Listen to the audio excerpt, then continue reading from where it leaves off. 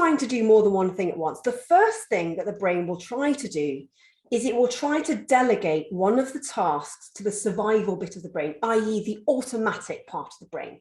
So think about when we're driving. When we start driving, we have to use all our concentration and we can't chat to anyone or listen to the radio. But as it becomes automatic and we don't have to think about it anymore, we can drive and we can listen to the radio, listen to a podcast. So the brain is able to delegate one of the tasks.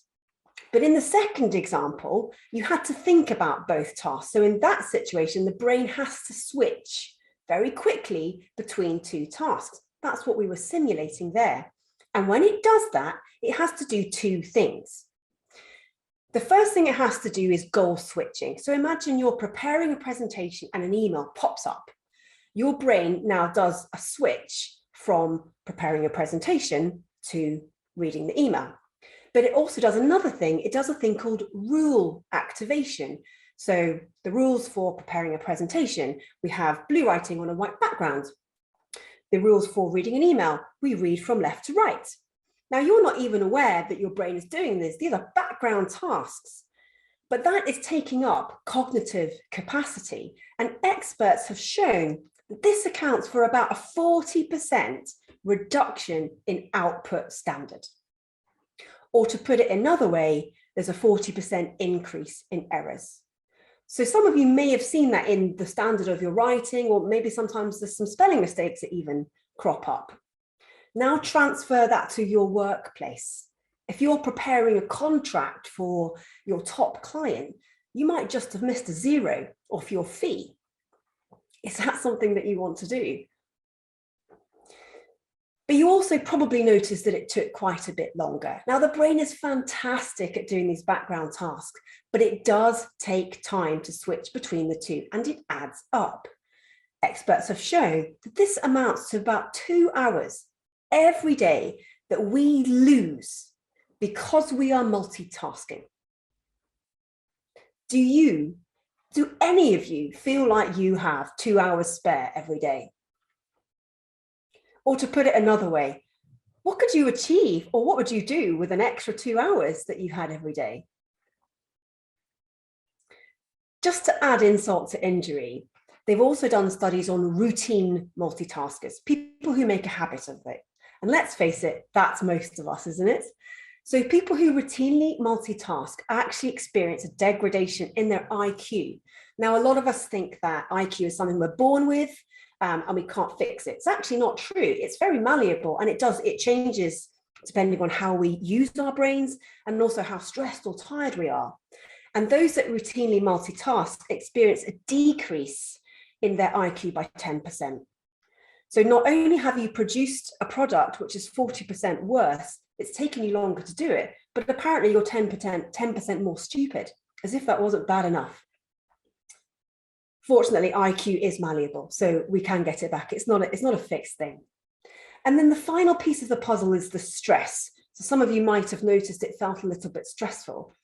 Even if you're not aware of it, the fact that the brain is darting between two inputs triggers the fight or flight in us because it's detecting that as something it needs to give its attention to. So it's going, okay, it's like a sort of radar tracking an enemy plane.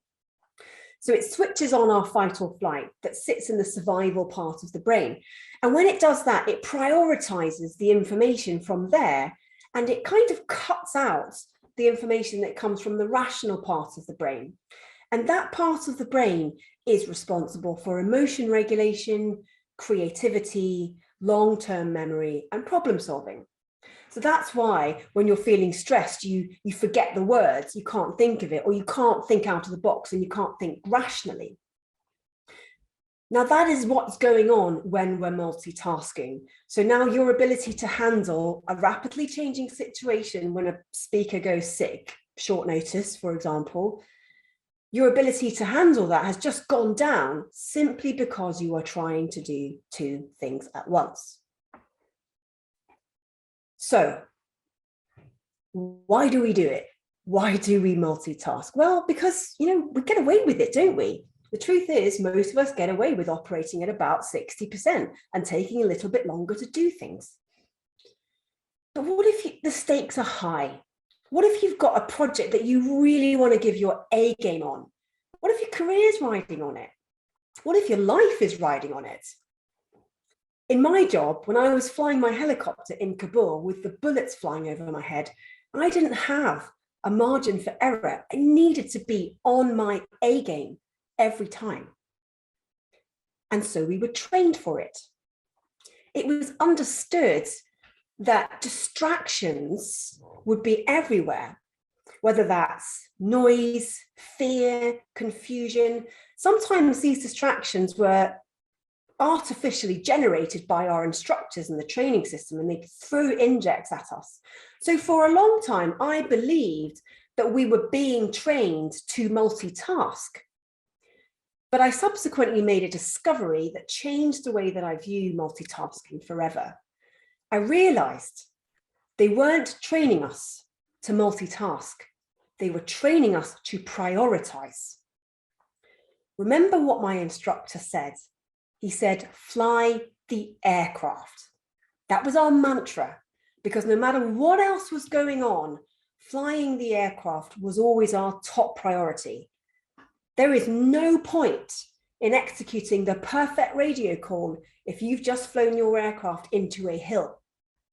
So we would prioritize flying the aircraft. And then when the aircraft was flying nice and straight, and it wasn't going to tip over, then we could focus on the next thing. And we would focus on that one thing. And then we would go back to making sure the aircraft was flying. And then we would focus on the next thing. So actually our training was about choosing where to focus our attention and focusing on one thing at a time. And what they did was they gradually turned up the pressure and increased how demanding our environment was, so that we could hone that ability to prioritize the most important thing and focus on that one thing. And that's it. If you want to produce exceptional performance, all you have to do is focus on one thing. That's the secret. A couple of years later, I was flying down a different valley. This is in the Wye Valley, which is the entry into Wales. I don't know if any of you know this part of the world. And we were doing a kind of tactical insert into Tintern Abbey practice. We didn't actually attack the Abbey, but I'd learned my lesson. And this time I was navigating and the other guy was flying it. So I had the map and I was really studying it to find any wires that might be around. And I was briefing him. Again, it was a very low, we were very low down. It was a steep side of valley that was twisting and turning. So I was briefing the pilot, okay, we've got a sharp right turn coming up, and then we've got some wires to hop over, and et cetera, et cetera. And it was all going brilliantly. And then we came around the corner and bang! Would you believe it? We've just hit wires again. This time, there was no fantasizing about my eulogy. This time, I immediately went into my emergency drills. I did the Mayday call, I prepared the aircraft for landing, put the landing gear down, and we managed to land on a very conveniently placed sandbank that happened to be straight ahead of us. And I remember when we landed, we shut the aircraft down, and the captain just sort of turned to me and he had his mouth open and he said, "How did you do that, Sarah?" I was still processing what had just happened, and you've done everything. How did you do that?